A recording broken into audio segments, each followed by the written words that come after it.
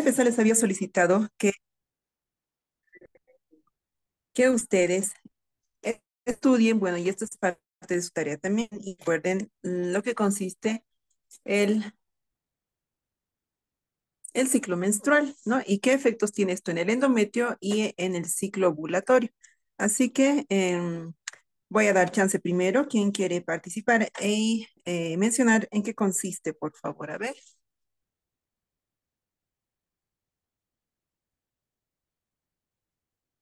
Muy bien, Rosario, adelante. Buenas noches, doctora. Buenas noches, compañeros. Bueno, el ciclo menstrual son cambios morfológicos y funcionales de la mujer para crear el gameto femenino y preparar para un posible embarazo, regulado más que todo por el eje hipotalámico, hipófisis y llegando al ovario. Ya, continúa, continúa. Bueno, este ciclo menstrual se va a dividir también en fases, en una fase de menstruación, en una fase proliferativa y una fase lútea. La fase de menstruación va a durar de 1 a 3 ciclos y en la fase proliferativa tiene una fase proliferativa o estrogénica que lo van mencionando. Eso va a durar desde el día 4 hasta el día 14, donde se puede producir la ovulación. Y en la fase lútea es el proceso de la secreción. Y en el ciclo ovárico tenemos tres fases igual: la fase folicular, la ovulación y la fase lútea. En la fase folicular es la maduración de los folículos ováricos para producir la ovulación, y la ovulación es el proceso en el día 14 donde llega a su pico máximo, donde se puede ver la hormona luteinizante, la LH, que estimula al ovocito para que pueda producir la meiosis y producirse la segunda fase, la metafase, y producir el ovocito secundario. Y la última fase, que es la fase lútea, es una fase donde se transforma el cuerpo lúteo. Es el encargado de producir la progesterona, la cual va a estimular a la hormona luteinizante en ese ciclo ovárico. Y en el ciclo endometrial se divide en tres fases, doctora. Una fase proliferativa, secretora y de menstruación. En la fase proliferativa es cuando va a empezar el espesor glandular y el estroma va a ser más vascular gracias a la acción estrogénica que se va a eliminar. También se va a producir la fase secretora, es el crecimiento glandular.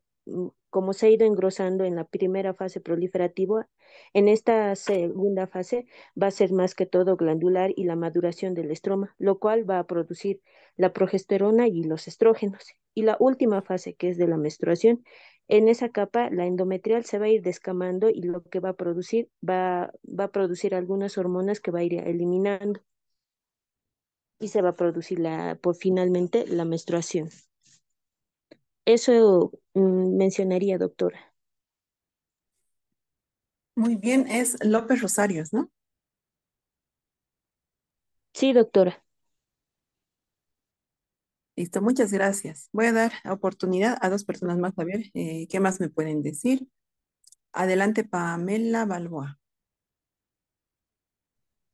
Buenas noches, doctora. Buenas noches, compañeros. Yo quisiera hablarle, doctora, acerca de las hormonas que se van allá a crear en estas fases. Primeramente, la hipófisis va a crear lo que es a la FSH, la cual es la hormona folículo estimulante, y a la LH, que es la hormona luteizante, las cuales, comenzando con la FH, tiene dos fases. Para empezar, en la primera va a realizar una meseta en la fase proliferativa y va a realizar otra meseta ya que va a ser en la fase secretora y va a realizar lo que es un pico, su único pico que va a ocurrir antes de la ovulación. Esto va a ser en la fase ya casi lútea. La LH presenta lo que es un pico antes de la ovulación de igual manera y se da usualmente en el día 14 del ciclo. Ahora, en las ováricas podemos encontrar al estradiol y a la progesterona, en las cuales el estradiol es el estrógeno en sí. Se podría decir que esta es la forma más importante del estrógeno. Esta hace un pico de horas antes de la ovulación y va a liberar lo que es la LH. Y la progesterona está producida por el cuerpo lúteo, o también llamada folicular, en la cual también va a presentar un aumento, lo que es en la fase lútea. Eso le podría decir, doctora, y también no sé si le podría hablar lo que es del endometrio, una parte que encontré, ya que el endometrio, ay, un momentito, ahorita. En el endometrio, la capa, como tiene dos capas, una que es la capa funcional y otra que es la capa basal, en la capa funcional, esta es la zona que se descama en el ciclo de la menstruación. Esta se va a dividir en dos, que es la zona intermedia y la zona compacta. En cambio, en la capa basal vamos a encontrar a la fase proliferativa y a la fase secretora. La función de la fase de la capa basal va a ser regenerar el endometrio después de cada ciclo menstrual. Y la patología usualmente que podemos encontrar aquí son las sinequias uterinas, la cual va a ser por ausencia de la capa basal y se causa usualmente por los legrados uterinos. En, en la fase proliferativa, ya que son las dos fases que tiene la capa basal, podemos encontrar lo que sucede antes de la ovulación. Esto va a ocasionar un crecimiento del componente glandular del endometrio, liberando lo que es el estrógeno. Y en la fase secretora, que se van a dar en las últimas 12 semanas del ciclo, después de la ovulación, nos va a dar lo que son las glándulas menstruales, las cuales alcanzan su maduración. Estas van a aumentar la capa interna para un embarazo, van a preparar lo que sí, en este caso va a haber un embarazo, y si no, van a ir lo que es ya secretando o botando lo que son la progesterona. Y no sé si quisiera que le hable del ciclo ovárico o de la ovulación. Ah, de la ovulación, doctora. Es diferente también en la otra parte que quisiera hablar, porque cuando ya está sucediendo lo que es la fase de la ovulación, va a realizar lo que es un pico, el estrógeno. Este va a liberar la LH, causando que se pueda crear ese pico de LH. Esto entre el día 14 del ciclo, unas 10 horas después, va a suceder lo que es la ovulación. El folículo, en este caso, va a colapsar, liberando el óvulo y el cuerpo lúteo va a producir lo que es la progesterona y los estrógenos. Eso sería, doctora. Muy bien, muy completo. Gracias, Pamela. Está ¿Alguien bien, más doctora. quiere participar?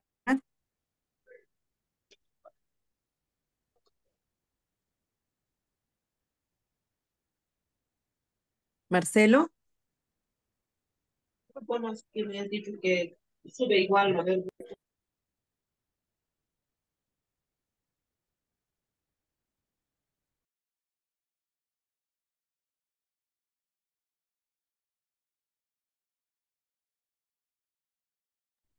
Listo. Entonces, hasta aquí la participación. Gracias.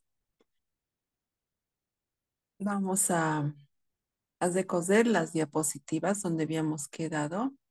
Y así también les he pedido que estudien muy bien esta parte porque nos va a hacer entender mucho mejor lo que consiste las anomalías congénitas, ¿no? Entonces, para tal hecho, adelante, por favor, quien quiere participar en la explicación de lo que es la embriología del aparato ginecológico. Giovanni, adelante. Buenas noches, doctora. Bueno, antes quisiera hacer una acotación a lo del ciclo menstrual, que creo que es importante también mencionarlo. ¿Ya? ¿Se puede? Sí, sí, adelante, por favor. Bueno, respecto a esto era que, bueno, aparte del eje hipotálamo hipófiso ovárico que influye en esto de la ovulación, también están otros ejes involucrados en lo que es la ovulación como tal, ¿no? Son cinco los que podría mencionar, los cuales son el eje tiroideo, el eje prolactínico le llaman, el eje suprarrenal, el tejido adiposo e incluso el sistema nervioso central, ¿no? Un ejemplo de ello, por ejemplo, el hipotiroidismo en el eje tiroideo o la hiperprolactinemia en el eje prolactínico son causa, por ejemplo, en el caso de las amenorreas, de causa primaria, ¿no? Eso, doctora, gracias. Muy bien, tienes mucha razón. Es Ramírez Giovanni, ¿no? Sí, correcto. Listo, gracias. Ahora sí vamos a pasar con la parte de embriología. ¿Quién quiere participar, por favor?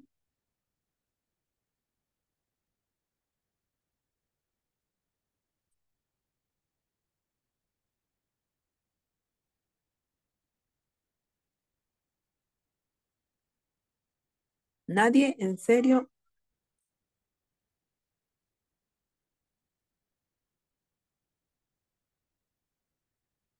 Bueno, esta vez no voy a insistirles para que participen. Lastimosamente, yo les he dado como de tarea para que me expliquen. La voy a seguir dejando de tarea, lastimosamente, y me voy a pasar a la explicación, ya que nadie quiere participar.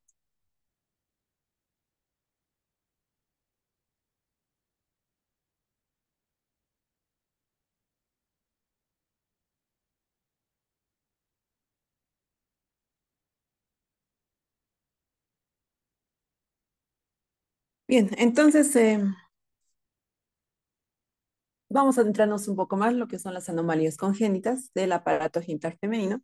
Y voy a dar sobreentendido que ustedes han repasado lo que es embriología y se quieren ahorrar sus comentarios porque no quieren enseñar al resto de sus compañeros. Me voy a imaginar que es eso. En cuanto a las anomalías uterinas congénitas, estas se van a asociar a una mayor incidencia de abortos espontáneos, también a infertilidad, endometriosis y otras complicaciones obstétricas. Como conclusión, ¿no?, de lo que es la embriología, es importante saber que los extremos caudales fusionados de los dos conductos mullerianos, que serían estos, o también se llaman paramesonéfricos, forman parte del útero. Forman el útero y el cuello y la parte superior de la vagina. Y los extremos que no están fusionados van a formar lo que son las trompas de falopio. La fusión se va a dar en dirección cefálica, ¿no? Hacia arriba. Y el tabique que se encuentra en el centro se va a ir absorbiendo, dejando una sola cavidad uterina. Eso es lo que normalmente debería de pasar, ¿no? Entonces hemos dicho que los conductos mullerianos van a formar el útero, el cérvix y la parte superior de la vagina. Y la parte que no está fusionada, las trompas.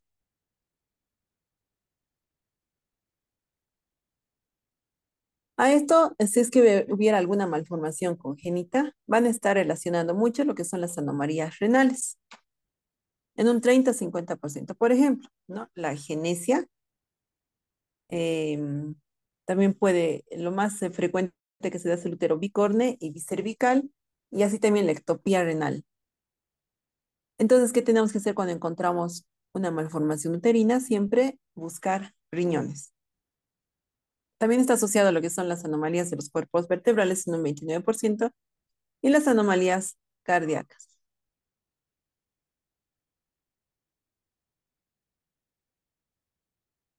En cuanto a la prevalencia, 1 a 5% de la población lo sufre, el 3 a 25% sus síntomas más frecuentes son pérdidas decusentes del embarazo. En frecuencia de malformaciones, el 3,9% puede presentar útero arcuato, ¿no? El útero arcuato que más bien se dice que puede ser una variante de la normalidad. El 0,4% con bicorne y el 15% con útero septado, ¿no? Que es también sinónimo de infertilidad y abortos. El diagnóstico se lo hace por ultrasonografía y resonancia magnética, ya que estos cumplen un rol muy importante para la detección y evaluación. La resonancia magnética es la modalidad ideal para hacer un estudio más detallado y la histerosonografía también está indicada inicialmente en un estudio de infertilidad. Ahora ya incluso se hace la ecografía en 3D que nos da mucho más detalles con los cortes que casi son tomográficos que se pueden lograr con los equipos avanzados.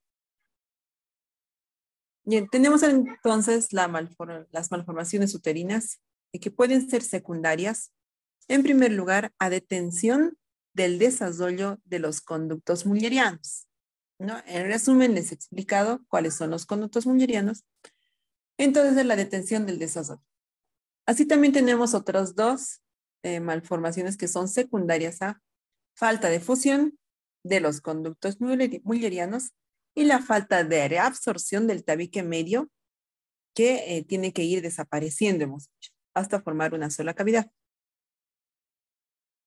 Entonces, tenemos la detención del desarrollo de los conductos mullerianos, que puede ser unilateral o bilateral. El desarrollo bilateral es muy raro y nos va a dar una falta congénita del útero o aplasia, hipoplasia o agenesia, ¿no? Podemos encontrar entonces como conceptos transversales: agenesia de las trompas, puede haber una combinada, que el fundus esté cerrado. No, esto ya es infértil totalmente. El desarrollo unilateral detenido da lugar a un útero unicorne unicervical. Estas son las modalidades del útero unicorne.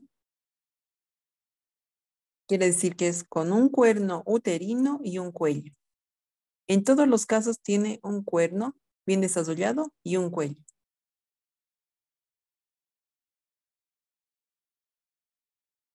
El otro conducto mulleriano va a estar hipoplásico y puede llegar a dar un cuerno uterino rudimentario. Va a ser, puede ser no cavitado, ¿no? Como es en este caso. Puede ser comunicante, con una cavidad comunicante. Puede ser no comunicante o definitivamente no puede haber el cuerno.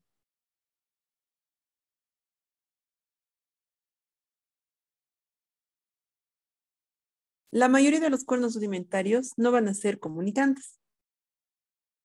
No, están obstruidos por un tabique fibroso que está ahí obstruyendo. Entonces, si el endometrio en un cuerno rudimentario no es funcional,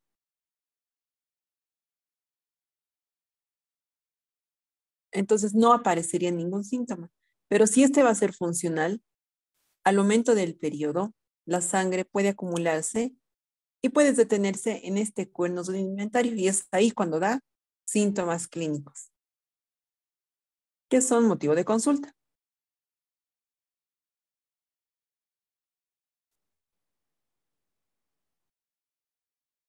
En segundo lugar, tenemos lo que es el fallo de fusión de los conductos mullerianos.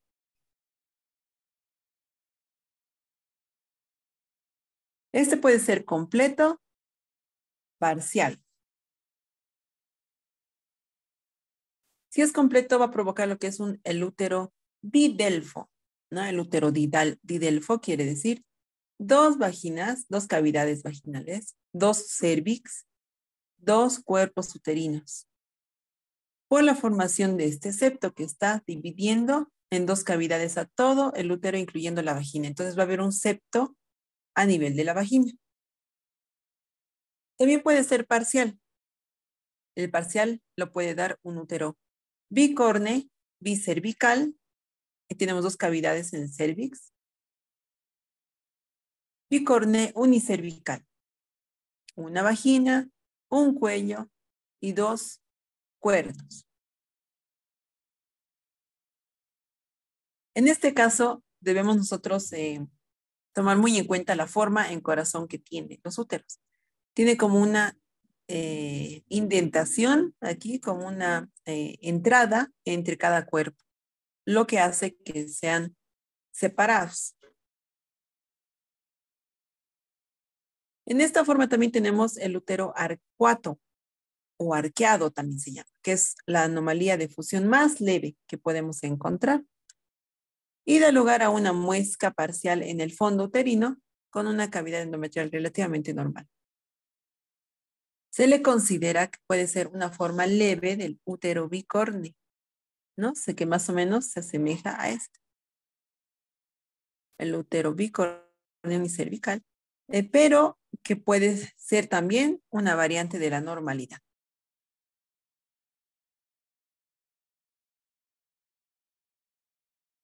Acá tenemos el útero arcuato, una ligera entradita del fondo uterino.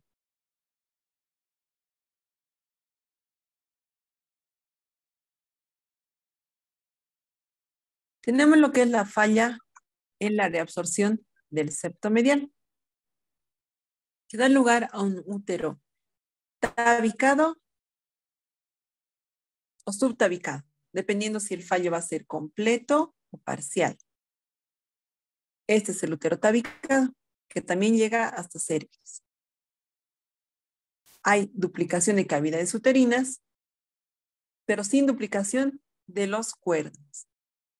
Se extiende hasta el cervix.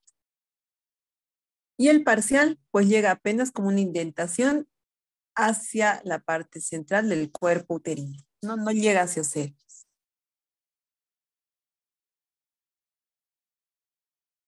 El útero tabicado o subtabicado se lo distingue del útero bicorné, del anterior que tiene forma de corazoncito, por el contorno del útero, por el contorno del fondo. Si se dan cuenta aquí, tiene como una saliencia, es más convexo en relación al útero bicorneo. Acá tenemos el útero arcuato, ¿no?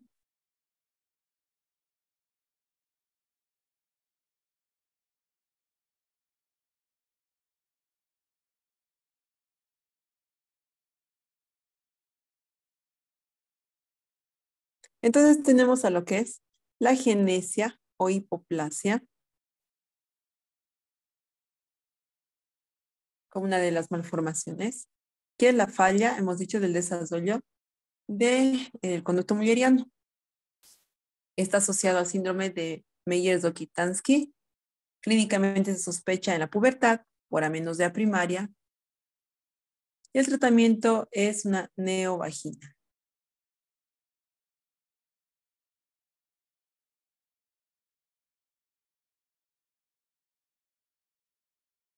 El útero unicorne normal se desarrolla un solo conducto mulleriano. El 40% está asociado a anormalidades renales del mismo lado. Entonces, siempre que encontremos alguna malformación uterina, ya saben ir a buscar riñón, ¿no? El 67% está relacionado con agenesia renal. Y como hemos mencionado, podemos encontrar un cuerno rudimentario que puede estar comunicado, puede estar no comunicado o simplemente no puede haber la formación de la trompa. Aquí tenemos el útero unicorne unicervical con su trompita. Aquí de la misma manera, esta es la vejiga y está desplazado hacia un lado. Totalmente a un lado, ¿no? Es un poco difícil el diagnóstico por ecografía, ya que podemos pensar nosotros que es un útero lateralizado, ¿no? Tenemos al útero didelfo, que esto se forma, hemos dicho, por la falta de fusión de los conductos mullerianos. Esa es una falla completa de la fusión.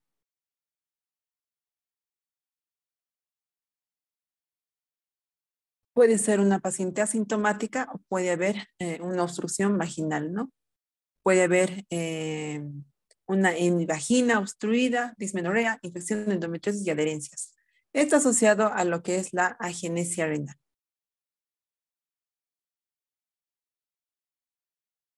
Ahí tenemos el útero didelfo. 2 cuerpos, 2 cervix, 2 vaginas incluso. Y si está tabicado una de las cavidades, entonces ya saben que lo que puede haber es algia, ¿no? Se puede ver hematómetras detenidas, sangre detenida en esta cavidad, lo que va a dar dolor a la paciente y ese va a ser el motivo de consulta. Acá tenemos un fondo uterino con retención y el otro normal. Separados, totalmente separados. Otro corte lateralizado, una resonancia magnética, y el otro un corte transversal. Por la diferente dirección que guarda.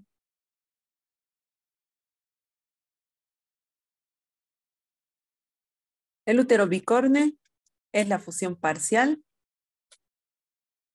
de los conductos mullerianos, ¿no? Que está dado en un 10%. Puede ser bícolis o unícolis.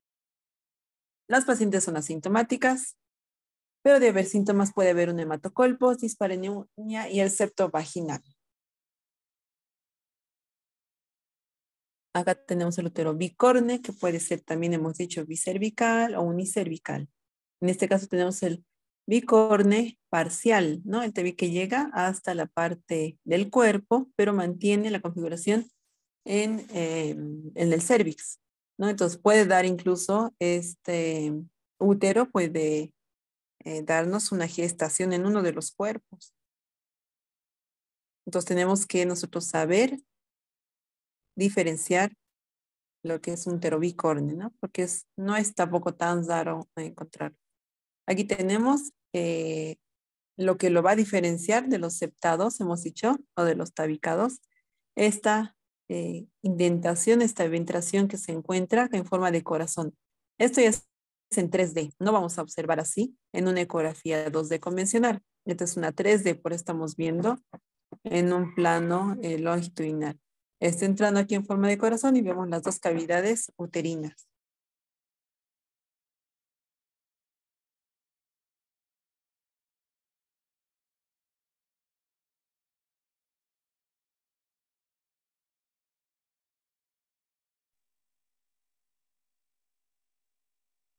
Aquí tenemos una radiografía con contraste también, donde podemos observar dos cuerpos uterinos, una resonancia magnética también, ¿no? En forma de corazón. No se olviden, porque es bien importante hacer este diagnóstico diferenciado del tabicado para que así también hagan el tratamiento.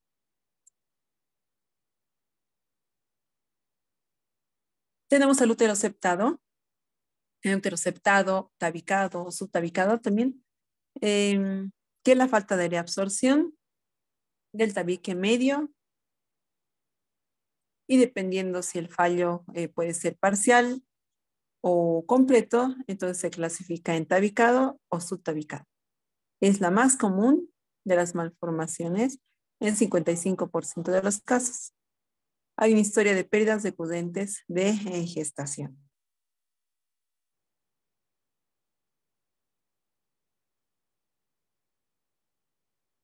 Aquí tenemos una duplicación de los cuernos uterinos, el útero tabicado hasta el cérvix.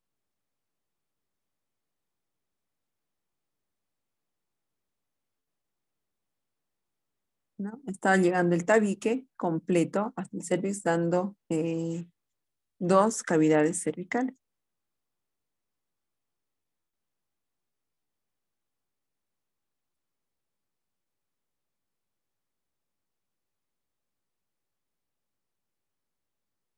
Tenemos aquí el útero arcuato también, que hemos dicho que es la formación de una indentación en el contorno externo del fondo uterino. Es una leve forma de malformación. Si se asocia con pérdidas decudentes, también se puede corregir con cirugía. Esta es otra ecografía en 3D, donde se observa ligeramente esta indentación, que hacemos un corte transversal y vamos a ver levemente unas dos cavidades endometriales, pero que van a desaparecer inmediatamente nosotros movemos el transductor. Podemos ver que aquí está el fondo de manera convexa, ¿no? Que también nos hace diferenciarla de lo que son los bicornes. Este es el corte transversal del útero bicorne. El unicorne, ¿no? Ligeramente lateralizado, igual es en 3D por si acaso. Y el útero didelfo totalmente separado. Este es un convencional en 2D y esta es una reconstrucción en 3D.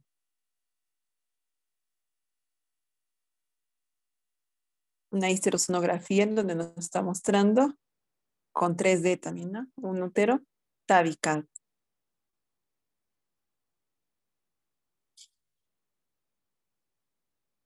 Esto es lo que he encontrado, ¿no? Nosotros, ¿cómo podemos diferenciarlo? Si es un arcuato, si es un didelfo, si es un septado, ¿no? Tenemos que hacer nosotros una medición de lo que es entre el... Claro, para esto necesitamos un 3D, ¿no? Pero hacemos una línea imaginaria entre las dos cavidades endometriales y medimos hacia la parte que se encuentra al centro del útero, ¿no? Si este es menor de 5 milímetros, pues va a ser un útero bicorne. Si este es mayor de 5 milímetros, es arcuato, ¿no? Y si está muy por encima, se observa totalmente separados, ¿no? Ya es didelfo.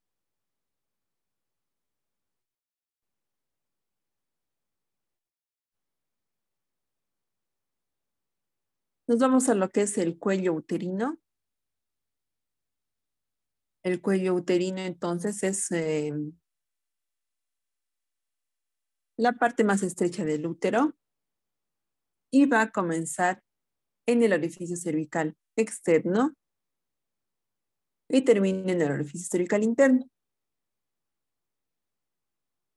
¿Cómo podemos nosotros reconocer a qué nivel está el orificio cervical interno?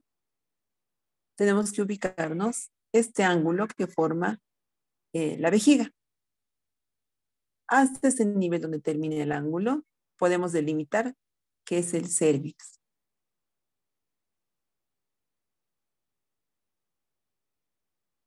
Tiene una parte anterior, que es un labio anterior y un labio posterior. Y el canal central es el endometrio o la línea endocervical, también la llamamos, donde no vamos a ver cambios al ciclo menstrual, ¿no? Es una línea totalmente hiperecogénica.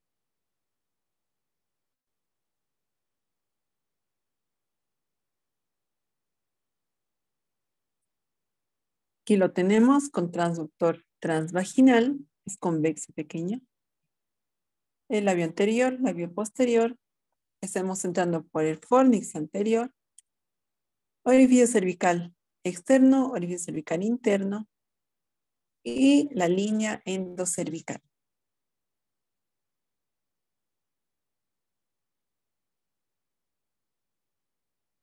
Los quistes de Nabot, o también son de inclusión del cuello.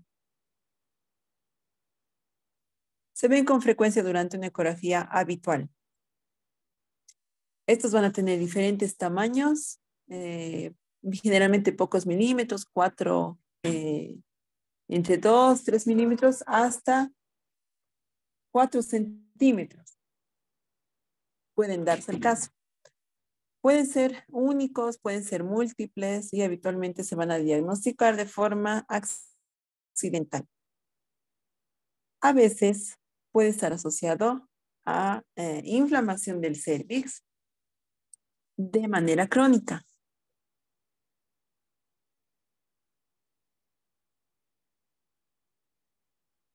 Algunos de estos quistes de Nabot los podemos observar anencogénicos en la mayoría, pero si observan con contenido hipoecoico, pueden ser estos por presencia de moco, puede ser por hemorragias o infecciones, ¿no? De acuerdo a la sensación de dolor, pues nosotros podemos sugerir que puede ser hemorrágico o infeccioso.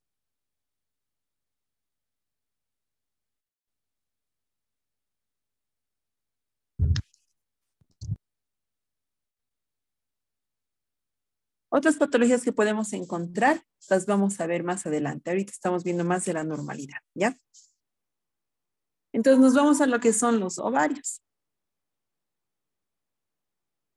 Los ovarios primero, que es su localización del útero, va a influir mucho en la posición de los ovarios, ¿no? Como hemos visto al hacer nuestras ecografías, ni bien se lateraliza el útero, ya nos complica y podemos encontrar los ovarios en otros lugares que no están normalmente posicionados, ¿no? Porque tenemos nosotros unas referencias anatómicas que son los vasos hipogástricos, qué sé yo, para buscarlos, pero a veces no están ahí, ¿no? Están porque están desplazados, pues ya se van moviendo también los ovarios, ¿no? Entonces, ¿cómo tenemos que encontrarlas? Son estructuras elipsoideas o también ovaladas. El eje mayor vertical va a ser entre 25 a 40 milímetros. El diámetro anteroposterior entre 10 a 15, el diámetro transversal entre 12 a 20. Por eso ya nosotros podemos decir un útero que puede estar medio aumentado de volumen cuando ya sobrepasa los 30 milímetros, ¿no? Entonces sí o sí tenemos que sacarle lo que es el volumen a los ovarios. El volumen normal va a ser entre 2.5 a 9.8 centímetros cúbicos. Ya más de 10 ya nos puede hacer pensar en otra cosa, ¿no? En menopáusicas, en posmenopáusicas, entre 1.2 a 5.8 centímetros cúbicos. Y en prepuberales, entre 0.2 a 3 centímetros cúbicos. Los volúmenes máximos que vamos a encontrar va a ser en la fase preovulatoria. ¿Por qué? ¿No? Por la presencia de esa imagen, el folículo dominante, que va a hacer que aumente el tamaño, ¿no? Y también en la fase lútea, el cambio va a ser mínimo.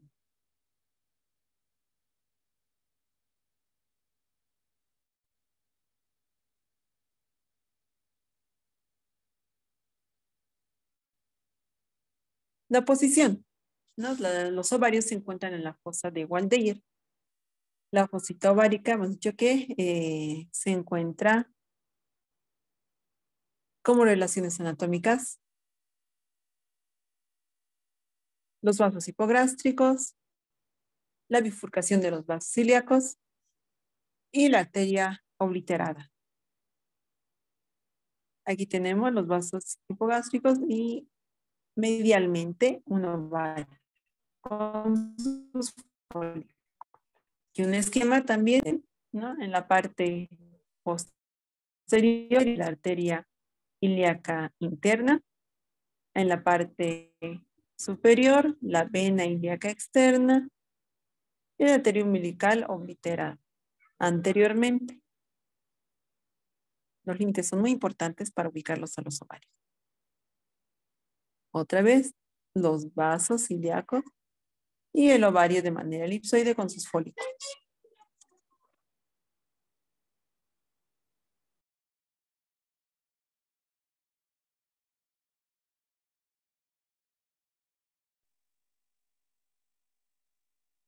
Los ovarios tienen entonces una zona cortical que es periférica, colocar lo que son los componentes foliculares y estromal. Es menos ecogénico, ¿no? Y la parte central, que es la medular, que va a ser más ecogénica, y ahí tenemos el componente vascular y neural.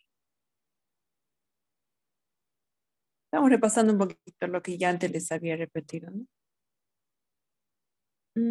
¿Qué es un folículo?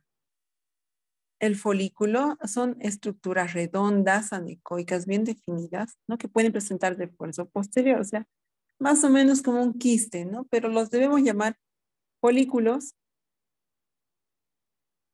porque son parte del funcionamiento del ovario.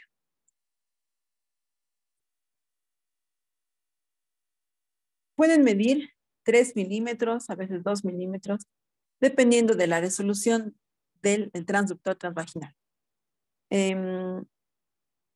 Ya podemos reconocer nosotros por vía transabdominal folículos de más de 4 milímetros, ¿no? Por su resolución también. Entonces siempre es bueno hacer por ecografía transvaginal si queremos hacer recuento folicular para exámenes de fertilización, de fertilidad.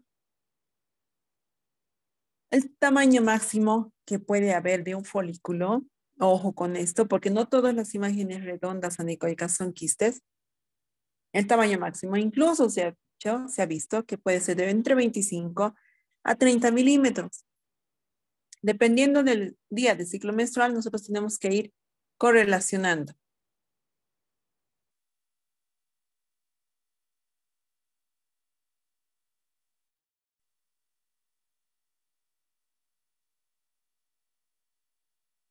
El aspecto del ovario va a cambiar con la edad y con la fase del ciclo menstrual. Entonces nosotros tenemos la fase proliferativa y la fase lútea, ¿no?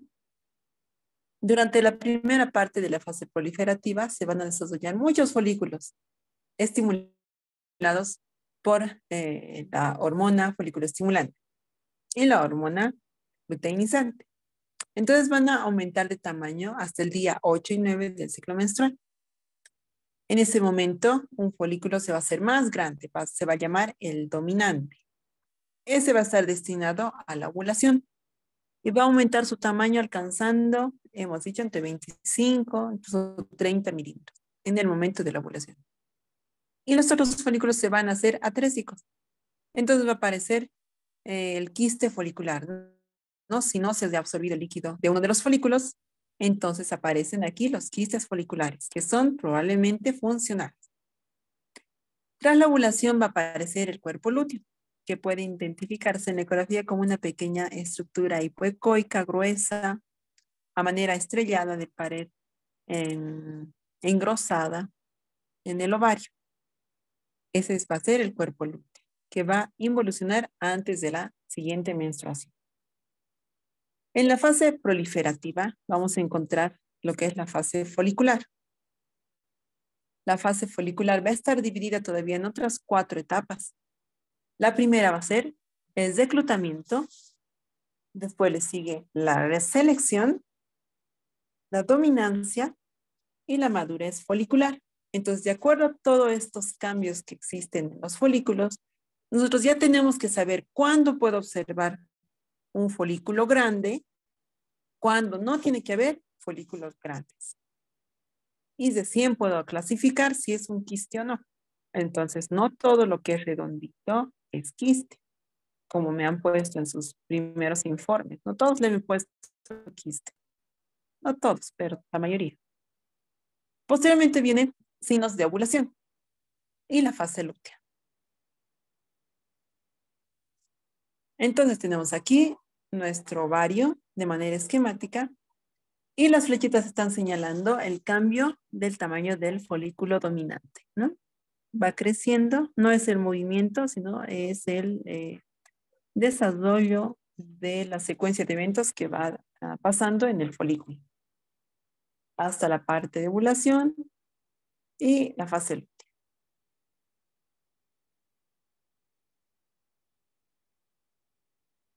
Tenemos la fase folicular de reclutamiento. Esto se va a dar en el 1º al 5º día del ciclo menstrual. Vamos a encontrar entre 4 a 6 folículos en cada ovario. Normalmente, el tamaño va a ser entre 1 a 6 milímetros y su crecimiento va a ser de 1.5 a 1 milímetros por día. Vamos a observar como un aspecto multifolicular fisiológico, ¿no? Aquí estamos viendo incluso 1, 2, 3, 4, 5, 6, 7 folículos pequeñitos, entre 4 milímetros más o menos. La fase folicular de selección se va a dar entre el 6º a 8º día del ciclo menstrual. El tamaño va a ser de entre 6 a 10 milímetros, ya más notorios, y el crecimiento entre 1 a 2 milímetros por día. Dominancia. Uno de estos folículos va a ser el de mayor crecimiento. Su tamaño va a variar entre 1 centímetro a casi 2 centímetros. La diferencia de los acompañantes del resto va a ser de 2 milímetros. Y el crecimiento en una fase activa entre 2 a 3 milímetros al día. Estamos hablando de más del 8º día del ciclo menstrual, ¿no? Aquí ya lo tenemos. El folículo preovulatorio. Su crecimiento va a ser más acelerado, 3 a 4 milímetros al día. El tamaño final del folículo puede ser entre 18 a 27 milímetros, con una media de 20 a 24 milímetros de diámetro. Se va a formar lo que es el cúmulo oburus en la parte central, que es una imagen redondita ecogénica adherida a la pared del folículo, que está visible 36 o 24 horas antes de la ovulación. Este cumulus ófuros quiere decir que contiene al ovocito. Este quiere decir, ¿no? Cumulus ófuros, un quistecito pegado en el folículo dominante. Si encontramos esto, quiere decir que va a ovular entre las 24 a 36 horas.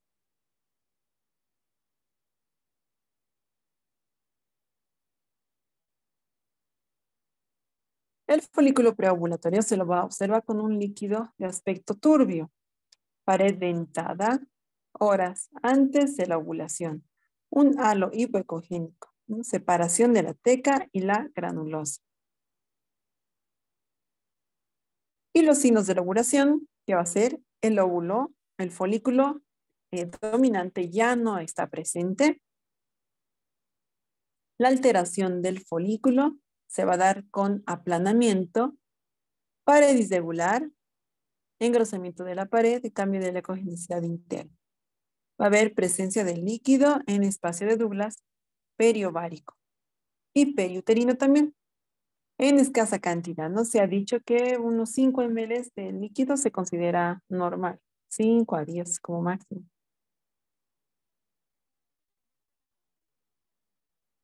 Le ponemos Doppler si tenemos esa aplicación y se nos va a pintar, ¿no? En forma de anillito. A veces lo llaman este signo del anillo de fuego también, ¿no? Cuando usamos el Doppler color, quiere decir que está todo amarillo, es rojo, es el Doppler color. Y este es el Doppler poder, ¿no? Y este es el Doppler color, que se torna entre azul y rojo. Entonces podemos reconocer dónde está el cuerpo lúteo por la presencia de vascularización en forma de anillo.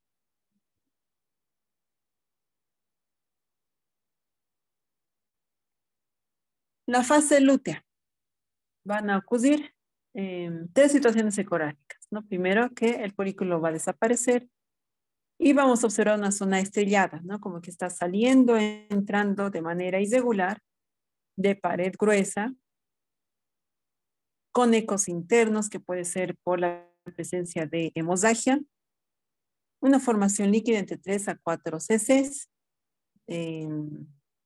centímetros de diámetro, puede medir el cuerpo lúteo 2 a 3 días después de la ovulación. Signos más evidentes, ¿no?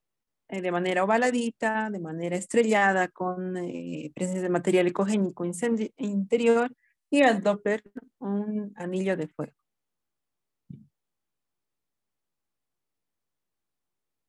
Entonces el ciclo menstrual es eso, ¿no? Tenemos que dominar nosotros para saber qué tenemos que encontrar el día del ciclo menstrual. Tenemos acá el ovario con presencia de folículos, el día 1 a 5, el folículo dominante, que está aumentando de tamaño. Ya el día 12, 13 tenemos aquí la formación del cumulus ópurus, ese va a ser el folículo que va a ser expulsado. El cuerpo lúteo, hemos dicho que este puede presentarse hasta tercer día, ¿no? Aquí tenemos ya está más vacío, una imagen redondita, que si le ponemos Doppler va a seguir pintándose en forma redondeada, y la desaparición del cuerpo lúteo. Y está formándose, está empezando a prepararse el cuerpo para la siguiente menstruación.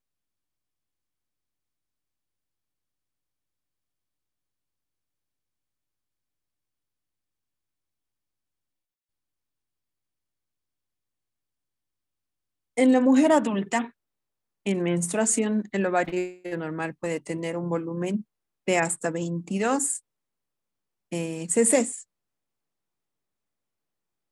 ¿No? Son estudios que se han encontrado mediante ecografía transabdominal y han realizado la medición de volumen ovárico medio, con un límite superior de 22 cc. Otro estudio incluso ha mencionado que puede llegar a ser de 6.8 cc con un límite superior de 18. No hay mucha diferencia. Entonces, esas serían las pacientes que están con su menstruación. A diferencia de las posmenopáusicas, el ovario se va a atrofiar y los folículos no van a estar presentes en los siguientes años. Entonces va a haber una pérdida de tamaño del ovario al aumentar la edad. debido a la falta de folículos. El ovario posmenopáusico puede ser difícil de encontrar por ecografía, por cierto. Entonces, si no los encontramos, no se desilusionen, no se van a poner tristes porque puede ser que por el tamañito estén confundidos entre el intestino, ¿no? Sin embargo, si hubiera alguna imagen quística, sí la van a poder ver. Entonces se coloca, ¿no? En topografía de ovario derecho no hay imágenes patológicas. Pese a que no hemos visto el ovario, no observamos imágenes patológicas, ¿no? Eso es lo que queremos decir.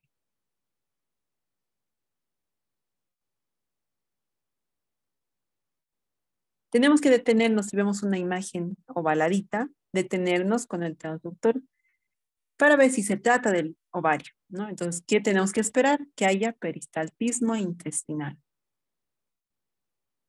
El movimiento de los intestinos. Si este no se mueve, entonces es lo más probable que sea un ovario.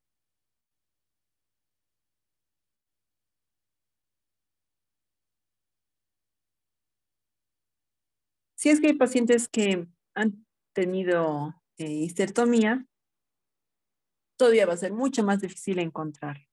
Más en menopáusicas, ¿no? Porque ya no hay quien los sujete a los ovarios y vamos a encontrarlos por ahí móviles, ¿no? Entre los intestinos. Ya no hay diferencias anatómicas, entonces es lo más probable que no los encontremos.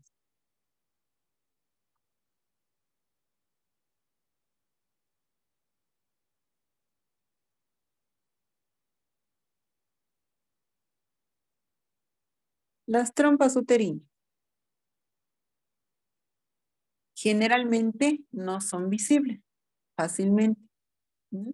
A menos de que haya presencia de líquido en su interior que los van a dilatar y los van a hacer visibles. Sí se los puede ver ligeramente, como ustedes se han dado cuenta, ¿no? Como bracitos hacia los costados por una ecografía transabdominal, pero hacer un diagnóstico ya por ecografía transabdominal ya es pedir mucho, ¿no? Entonces, por ecografía transvaginal nosotros podemos encontrar mucho mejor las trompas de falopio.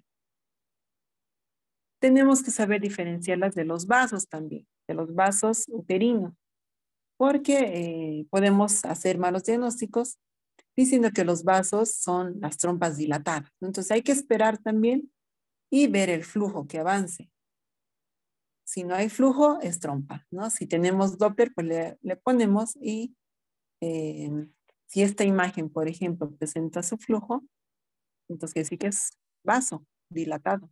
Pero si no presenta flujo, lo más probable es que sea una trompa uterina dilatada.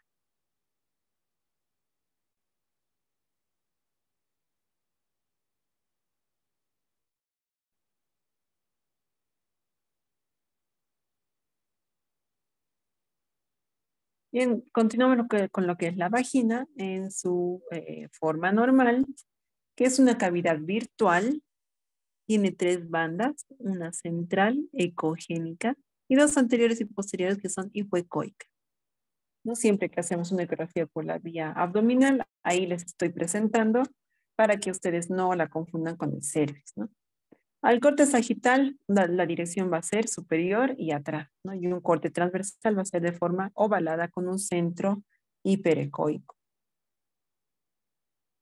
Entonces tenemos aquí un corte longitudinal del útero, el cervix y la parte de la vagina, que es una cavidad virtual, hemos dicho. Esto es por ecografía transabdominal. Porque por ecografía transvaginal no podemos observar la vagina. No se puede, ¿no? Porque estamos ingresando por ahí. Al corte sagital forma una imagen de doble banda hipoecoica y un centro hiperecogénico. Este es lo que más frecuente observamos. ¿No? Tenemos al útero, cervix y la parte de la vagina. Esta imagen hiperecoica es un asa intestinal. Oye, mamá, Madonna. Apaga su micrófono, por favor. Ver tu micrófono, por favor. Había un amarillo que hemos estado. Era Apaga tu micrófono.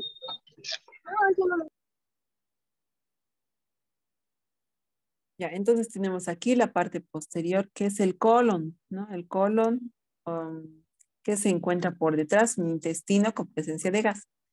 Ahí en el centro encontramos, como hemos dicho, tres bandas, ¿no? Una hipoecoica, una línea hiperecoica lineal, otra hipoecoica. Entonces, todo este es el canal vaginal. A veces con ecos puntiformes, por presencia de escaso gas, etcétera, ¿no? Entonces, sí lo podemos observar por vía transabdominal.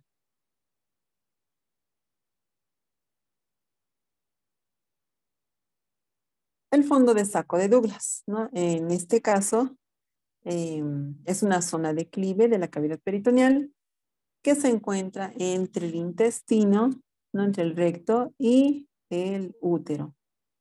Puede estar a veces ocupado por asas intestinales o por la presencia de líquido en escasa cantidad, que puede ser normal. ¿Cuándo es normal la presencia de líquido? Antes de la ovulación, durante la ovulación y en la fase menstrual. Así que si se topan con presencia de líquido en saco de Douglas, solamente mídenle la cantidad y van a notar en la descripción si se encuentra dentro de los límites, que es entre 5 o menos de 10, entonces es normal.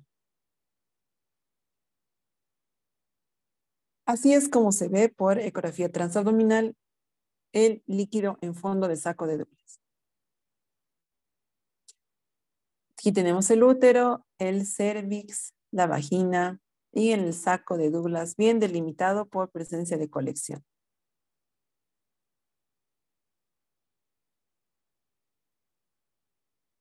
¿Dónde encontramos líquido libre también?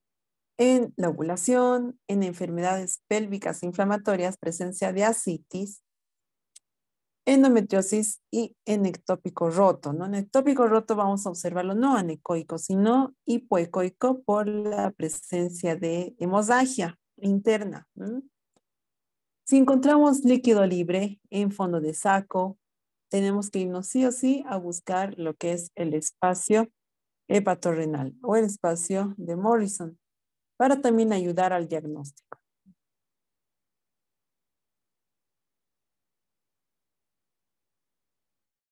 Bien, creo que les he dado el tiempo suficiente para que recapaciten y hagan su participación en cuanto a lo que es la embriología del aparato femenino, ¿no? Entonces les voy a dar unos minutitos para que recapaciten y participen, por favor, si no yo voy a llamar a 3 personas para que participen al azar y les voy a regalar puntos a esas personas.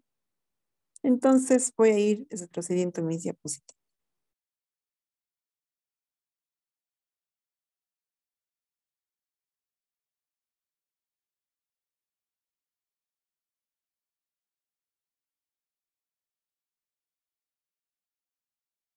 Ya. Adelante, ¿quién va a participar o lo hacemos a la suerte? Doctora, buenas noches. Adelante, Isabel. Me alegra que quieras participar. Adelante, explícame, por favor. Eh, ya, bueno, voy a empezar em, por las trompas. Bueno, eh, para empezar, los conductos paramesonéfricos son los que van a transformarse en trompas uterinas. Van a ser las dos primeras porciones.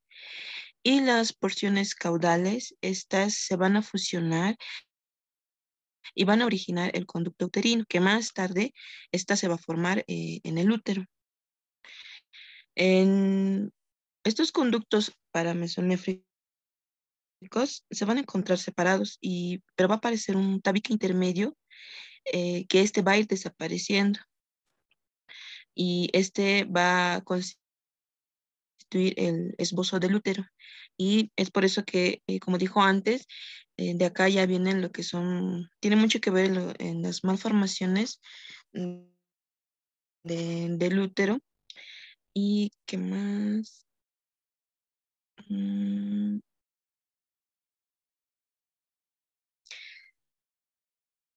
Ya, bueno, en la parte ya más abajo vamos a encontrar la porción caudal del conducto uterino.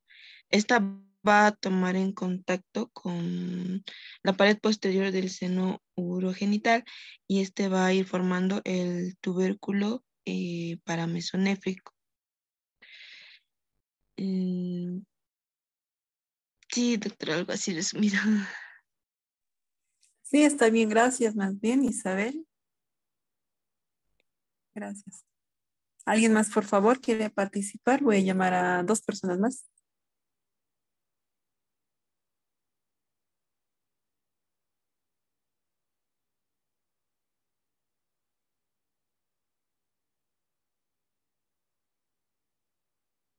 Heidi Ticón, adelante, por favor.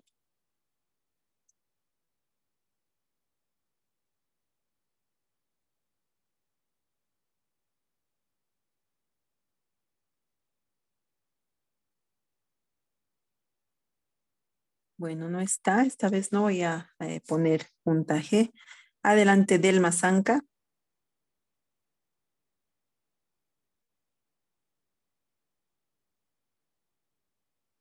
Edith, adelante, por favor.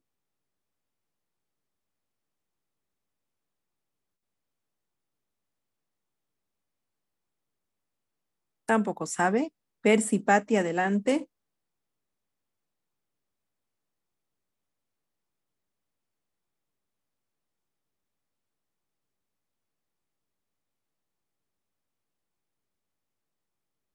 Percy Patti. Bueno, le vamos a poner 0. Rosario López. No, ya ha Sí. participado. Lilian Sí. Flores, por favor.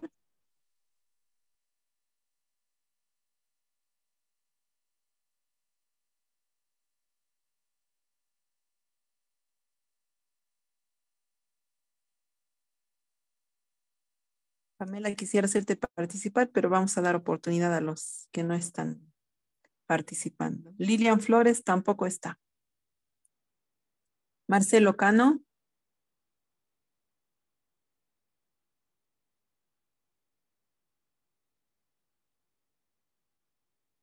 Tampoco está. Lastimosamente les vamos a poner 0. Adelante, Karen Chura.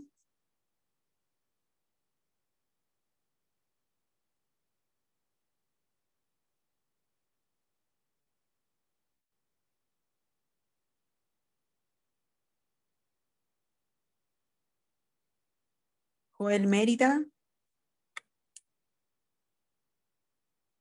Buenas noches, doctora.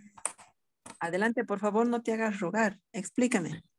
Lo más que todo, ¿no? En la parte de las alteraciones secundarias a procesos de formación, tal como la doctora estaba comentando, los conductos de Muller son en este caso la parte más importante o relevante en relación a la formación del aparato femenino. Dado que la parte superior, lo que mismo estaba comentando la doctora, estos van a ensancharse y posteriormente estos van a formar las trompas de falopio. Posteriormente, un extremo inferior de este se va a fusionar de manera con el lado contrario para poder desencadenar, o mejor dicho, formar lo que vendría siendo el útero. Y destacando una pequeña parte de este conducto, el cual va junto con los pliegues de la región genital, van a formar lo que vendría siendo la vagina. Sin embargo, todo lo que vendría siendo el conducto intravaginal solamente va a ser formado por parte de este conducto de Miolle. Las alteraciones están relacionadas a lo que habíamos visto ya en la parte del útero didelfo, entre otras, es por una, por así decirlo, y deficiente de desprendimiento, por así decirlo, desaparición de este tabique que ha sido formado por la fusión de ambos conductos de Miolle. No sé si estaría viendo.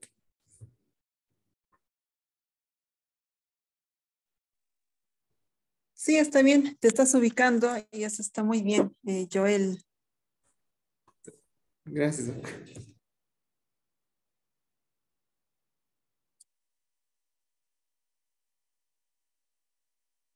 Ya, a ver, Gustavo Mamani, adelante.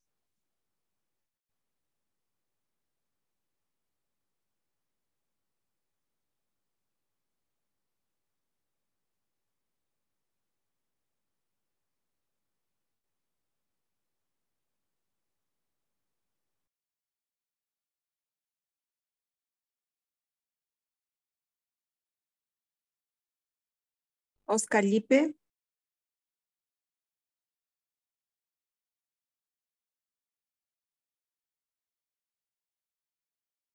Tampoco sabe, no responde. Karen Esmeralda. Ya le hemos llamado, no ha querido participar. El último, a ver, la última oportunidad. Rosmery Aliaga.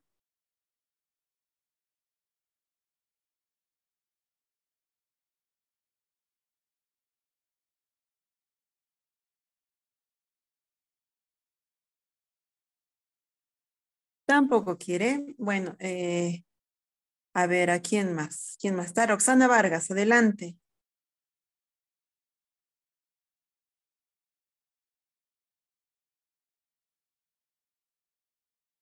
Nada. Trifonia, adelante, Trifonia, tú no me tienes que fallar.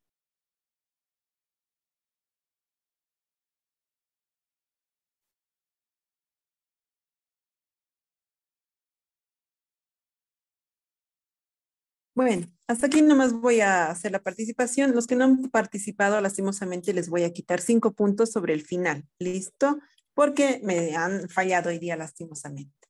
Entonces, vamos a continuar un poco de lo que es patología. Voy a cesar esta presentación.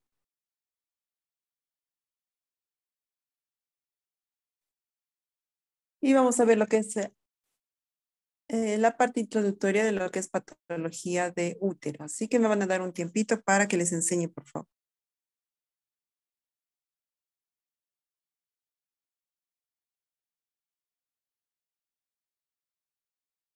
Una imagen del útero abdominal de manera tubular.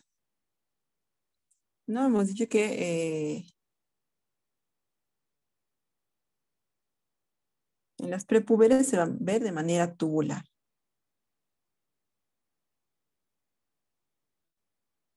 Un útero ya de pacientes con su periodo menstrual, ya fértiles, en donde se observa de manera piriforme, ¿no? El fondo, el cuerpo y el cérvix. De aquí, la vagina.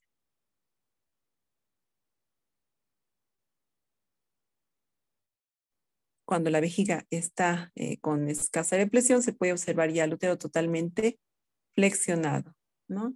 Cuerpo sobre cérvix, cérvix sobre vagina. Esta es una posición en anteverso flexión.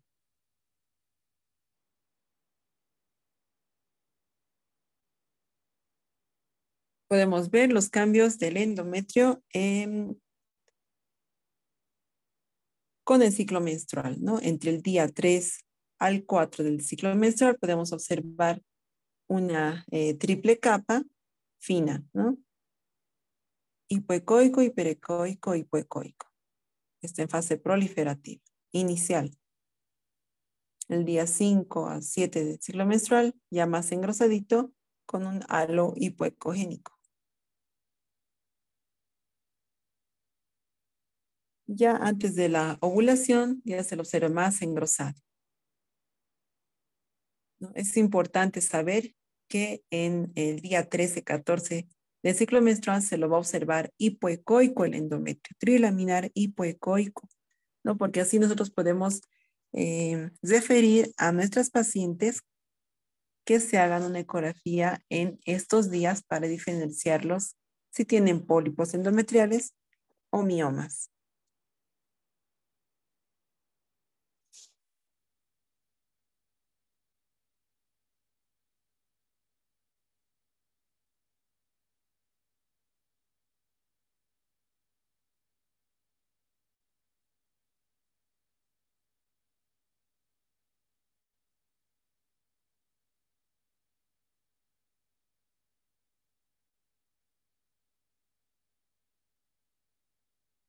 Ya por el día 28, ya ha pasado la ovulación, ya estamos acercándonos a lo que es el inicios del ciclo menstrual, del siguiente ciclo menstrual, se lo observa así, hiperecogénico.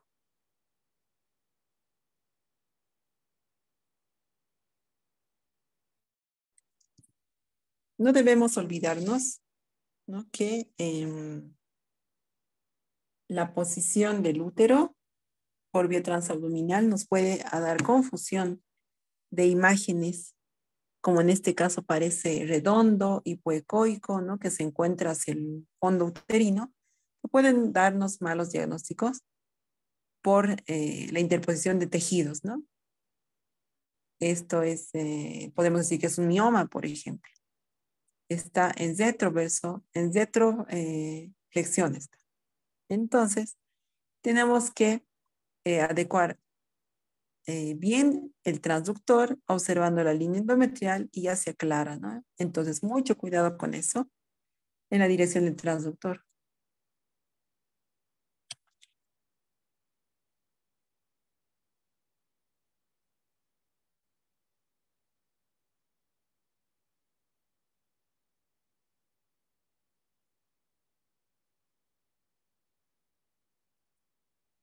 Este es un útero con un transductor transvaginal donde estamos entrando por fornix posterior y el útero totalmente hacia atrás, ¿no? Está en retroversoflexión.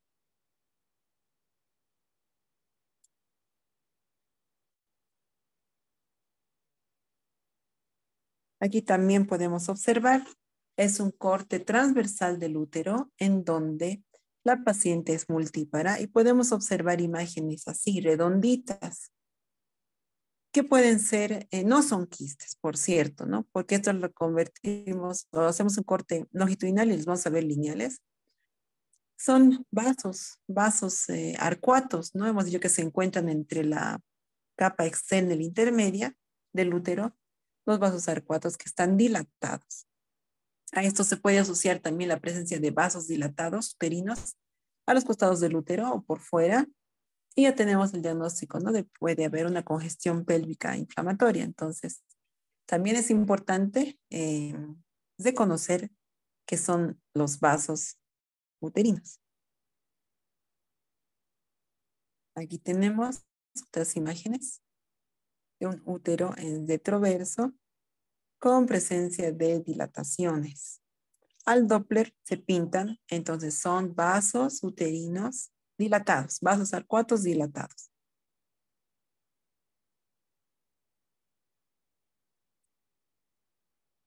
Una variante de la normalidad, ¿no? Que es en pacientes posmenopáusicas. Este es un útero, estoy viendo por aquí el cérvix, el fondo del útero, el endometrio y unas imágenes puntiformes hiperecoicas con sombra posterior entre la capa externa y la capa intermedia, que son los vasos arcuatos, son arterias arcuatas que están calcificadas. Esto es totalmente normal. Se los describe, se lo pone como descripción, mas no lo ponemos en el diagnóstico, porque esto es normal.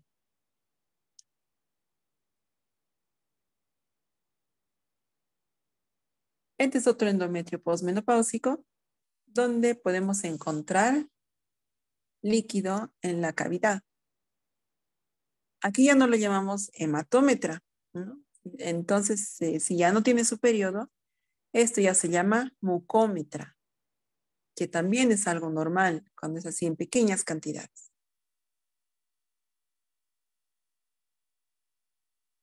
Un corte transversal, dos fondos uterinos, y hemos dicho que se llama el útero didelfo, ¿no?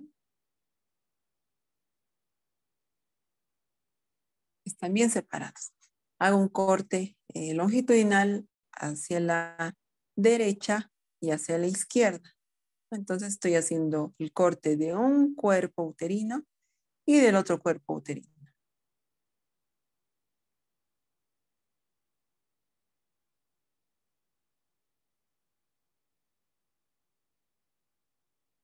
Asimismo, si encuentro alguna malformación, hemos dicho que debemos buscar los riñones, ¿no? Porque hay relación con malformaciones renales o ectopías, agenesia o ectopía. En este caso, este es el lado derecho, es el vaso, el riñón derecho está presente y este es el hígado. Y en la topografía del riñón izquierdo no hay nada, ¿no? Entonces, o puede ser hipoplasia, puede ser agenesia renal del mismo lado.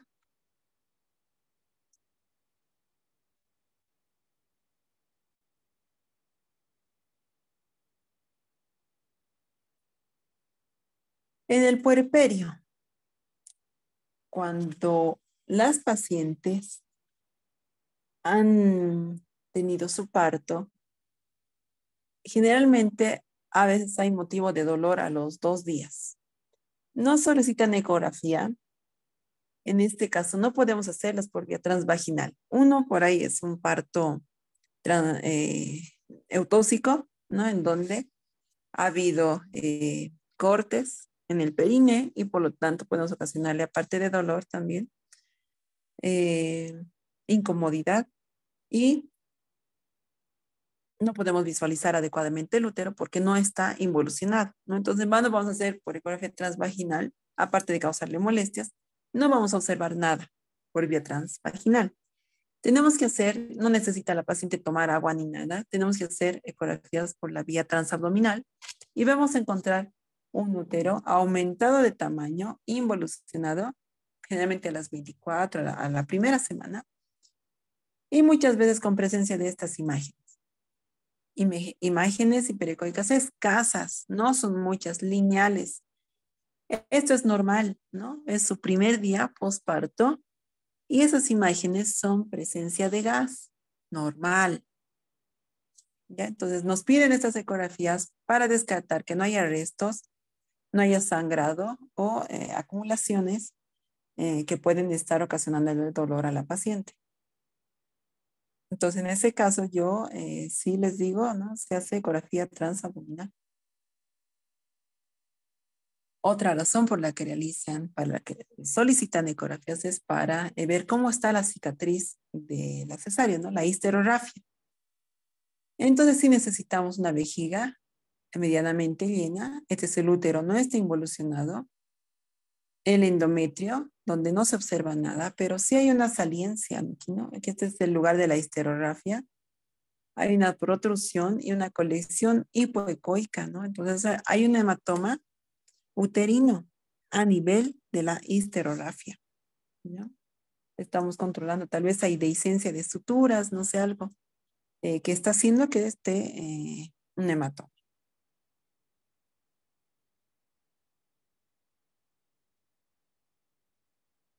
Entonces nos vamos a lo que es la patología en ginecología. ¿Qué es lo que vamos a observar? ¿Qué es lo que vamos a avanzar? Va a ser anomalías del miometrio, como son los miomas, adenomiosis, malformaciones arteriovenosas.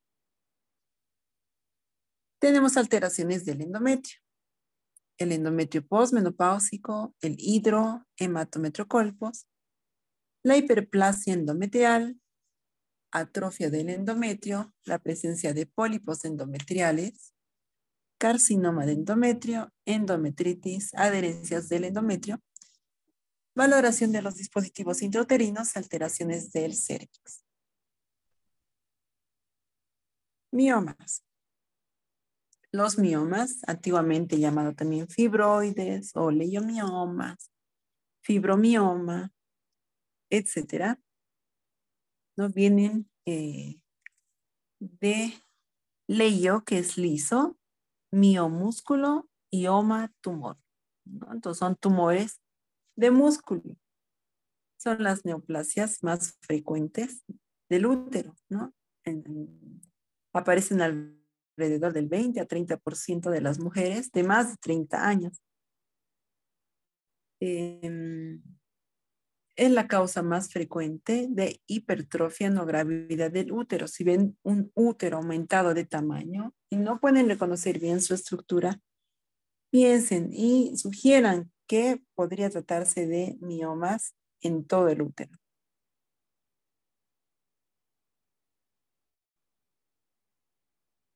Con frecuencia las pacientes son asintomáticas. Algunas pacientes pueden experimentar dolor en útero. Los miomas pueden clasificarse en submucosos, intramurales y subserosos. submucosos que se proyectan hasta la cavidad uterina, ¿no? Hasta el endometrio y desplazan o distorsionan el endometrio. Los intramurales, que están limitados a la pared del útero, y los subserosos, que se proyectan desde la superficie peritoneal del útero, en la pared del útero. La clasificación según la FIGO, que es la Federación Internacional de Ginecobstetras, nos ayuda mucho, ¿no? A determinar qué tipo o qué, según la posición, qué tipo de miomas son. Tenemos los tipos submucosos, que son el 0, el 1 y el 2. De acuerdo al porcentaje que está abarcando en el útero, se los puede clasificar en 1 y 2. El 0 quiere decir que está totalmente en el endometrio, pero está adherido hacia la pared por un pedículo. Entonces, un mioma pediculado. Este lo tenemos que realizar un diagnóstico diferencial con un pólipo endometrial. Pólipo y mioma, ¿cómo se diferencian? Por ecografía, porque se puede. El tipo 1 quiere decir que está el 50% menos ocupando el útero. No está abarcando más del 50%. El tipo 2 quiere decir que está abarcando más del 50% en la pared del útero. El tipo 3, que está contactando, está tocando la pared del endometrio. El tipo 4, que es totalmente intramural, está al centro. El 5 es subseroso. El 6, subseroso más del 50%, ¿no? Está sobresalido. Está abarcando menos del 50% en la pared.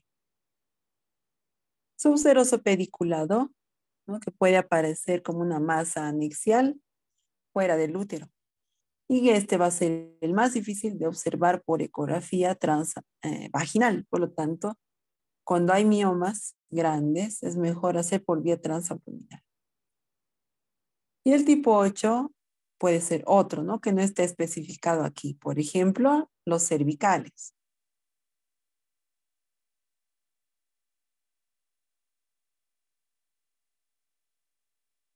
Habitualmente los miomas son múltiples. Son la causa más frecuente de aumento de tamaño. Los intramurales, los que hemos visto que son intramurales, son los más frecuentes, ¿no? Los submucosos son menos frecuentes, pero estos producen más síntomas con más frecuencia. Los miomas subserosos pueden ser pediculados o presentarse en forma de una masa anexial.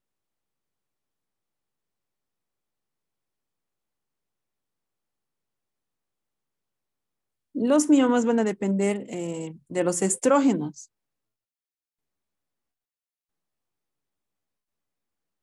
Y pueden aumentar de tamaño durante los ciclos anovulatorios.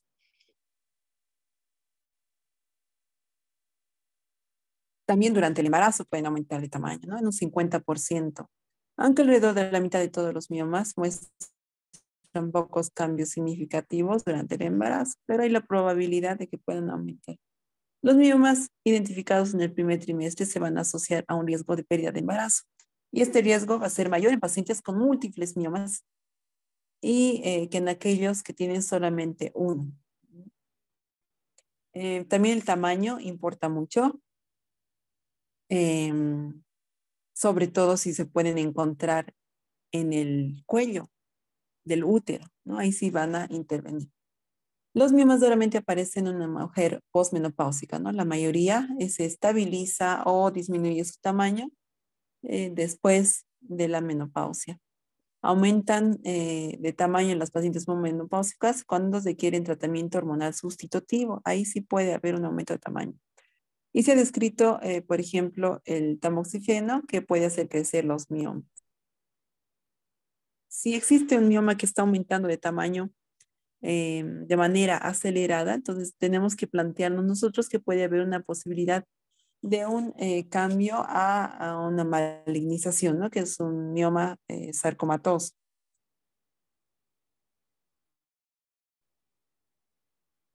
Punto de vista ecográfico vamos a encontrar distintas formas variables de lo que es el mioma. El útero puede estar aumentado de tamaño, ¿no? Dependiendo del tamaño también del mioma. Va a haber un perfil globular y de una ecotextura heterogénea debido a pequeños miomas difusos. Pueden ser hipoecoicos o tener una ecoestructura heterogénea. Con frecuencia distorsionan el contorno externo del útero, ¿no? Los vuelve abombados en ese lugar. Esto también nos puede ayudar como un signo diagnóstico sutil que puede haber una irregularidad mínima del contorno del útero sobre la vejiga también, ¿no? Lo puede estar haciendo sobresalir la vejiga. Entonces eso nos puede ayudar al diagnóstico. Los miomas también muestran la disminución del paso del sonido, ¿no? Una atenuación acústica, y algunos también producen sombra. Esto es por el tejido fibroso que imposibilita medirlos adecuadamente. La atenuación se va a deber por un tejido más denso dentro del tumor, ¿no? Entonces, por eso a veces ocasionan también presencia de sombras. Últimamente se ha estado también usando lo que es el Doppler para valorar lo que es la vascularización de los miomas.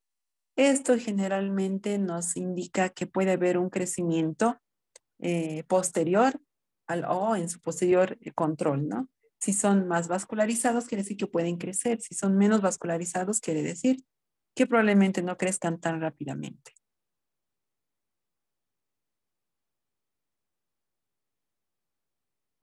Algunas veces estos miomas pueden producirse calcificación en mujeres mayores, con frecuencia en alrededor del tumor, ¿no? Formando un anillo ecogénico.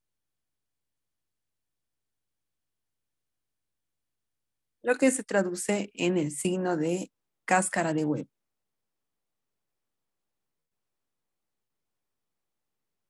Y puede simular una cabeza fetal, ¿no?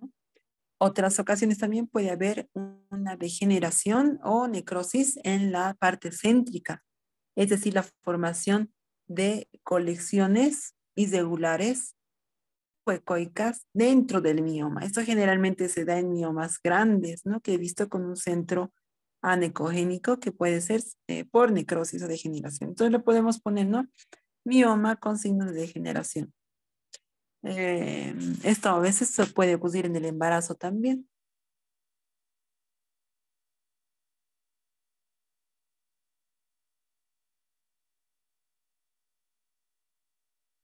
Los miomas submucosos pueden estar afectando también el endometrio,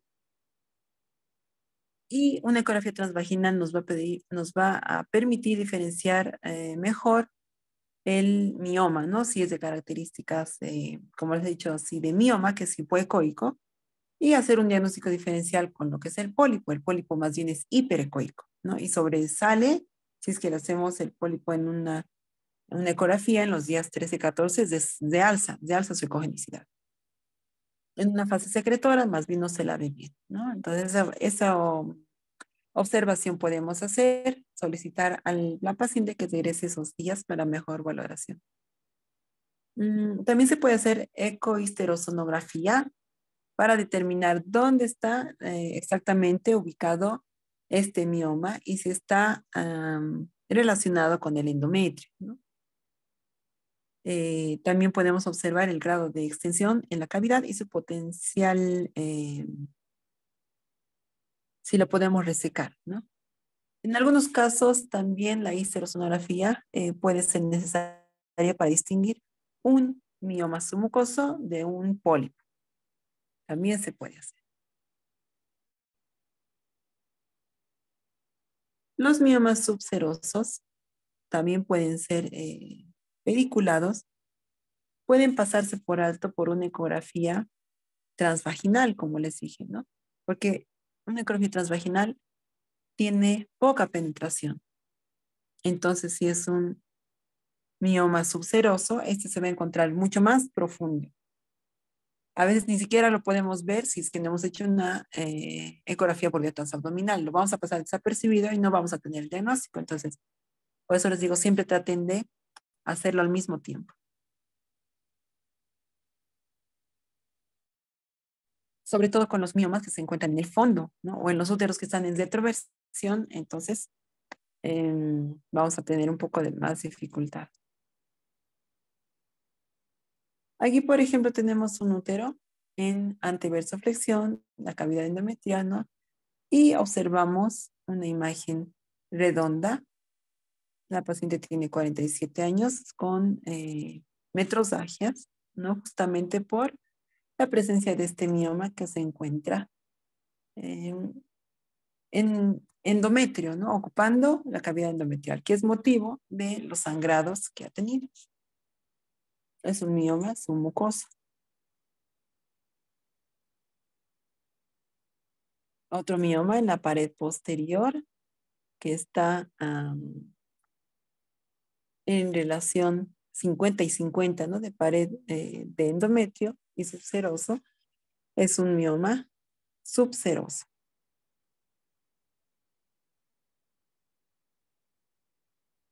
Tenemos al mioma totalmente dentro de la pared.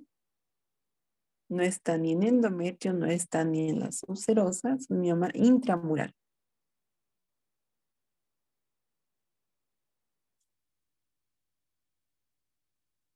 Un útero en retroversoflexión, donde observamos una imagen hipoecoica bien definida, que es de alza en este útero, que aparentemente es secretor.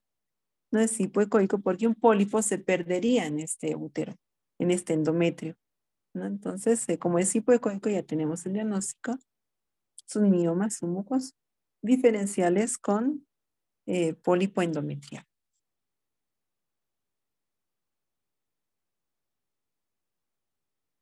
Otro útero tenemos con una masa redonda, definida. Tiene con áreas de sombra todavía, ¿no? Sombra posterior por el tejido fibroso que contiene. Está lateralizando ligeramente el endometrio, lo está realzando, por lo que se puede reconocer, ¿no? Un útero, un mioma, mejor dicho, intramural, con signos ya de calcificación, ¿no? El borde se lo encuentra más hiperecoico. Una paciente de 47 años, el útero en retroverso, donde se puede observar una masa que está ocupando la cavidad endometrial, ¿no? Lo primero que tenemos que pensar, incluso por el tamaño, es un mioma submucoso.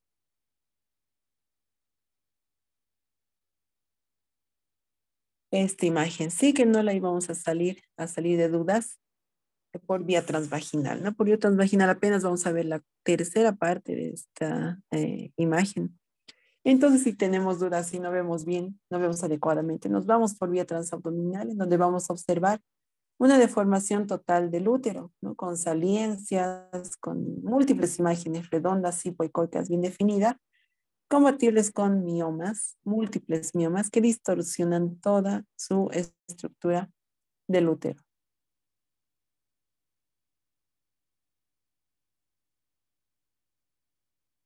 Otro tipo de miomas que están totalmente calcificados, ¿no? Son como un grupo de calcificaciones. ¿Qué son miomas calcificados? Son hiperecoicos con su sombra posterior. Ambos, es igual, está en vías de calcificación con sombra posterior. Mioma intramural calcificado. Estos son los miomas que les había mencionado, ¿no? Son deformaciones del útero, generalmente son grandes, ¿no? Que está midiendo más o menos como 8 centímetros, 9 centímetros, con un centro anecogénico de bordes mal definidos. compatible con un área de necrosis del mioma o signos degenerativos, ¿no? Mioma con signos degenerativos.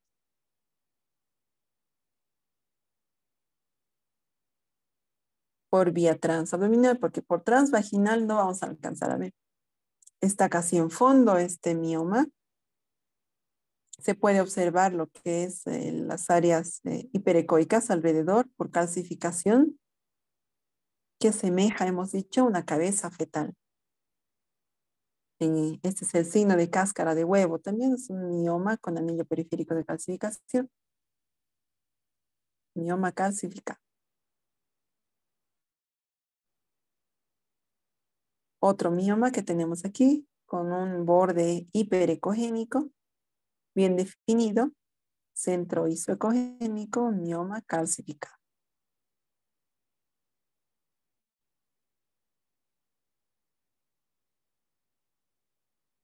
Embarazo y mioma, ¿no? Un gran mioma se encuentra aquí con signos de necrosis, o signos de degeneración.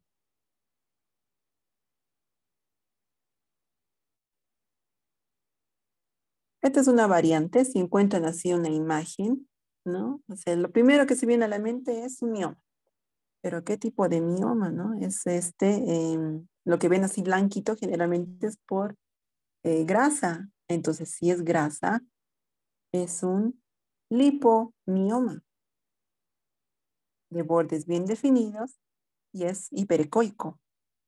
Lipomioma.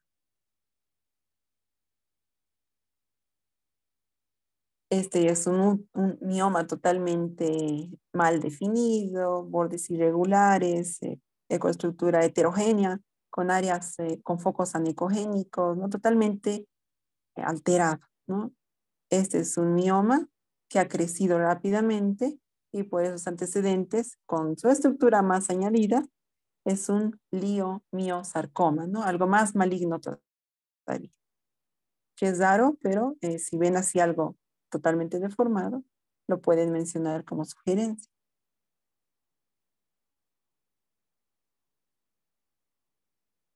Hasta aquí vamos a quedar lo que es la adenomiosis para la siguiente clase, porque después de la siguiente clase les voy a mandar los casos clínicos de la parte de útero y la última parte va a ser casos clínicos de ovario y con eso ya vamos a terminar, ¿no? Entonces, gracias a los que han participado, a los que les he obligado también, gracias por prender sus micrófonos. Entonces, nos veríamos en la siguiente clase que de manera virtual va a ser el día viernes 21 y nuestras prácticas que van a ser el 22 y 29, ¿no? Entonces, para lo mismo, por favor, vénganse las chicas tomándose su agüita, vénganse con sus 2 litros, ¿no? Que al momento para hacer la primera práctica lo han hecho muy bien, pero ahora tenemos que pulir, tenemos que encontrar sí o sí los 2 ovarios de manera que no se nos vayan para nuestros pacientes, ¿no? ¿Tienen alguna duda hasta aquí, por favor?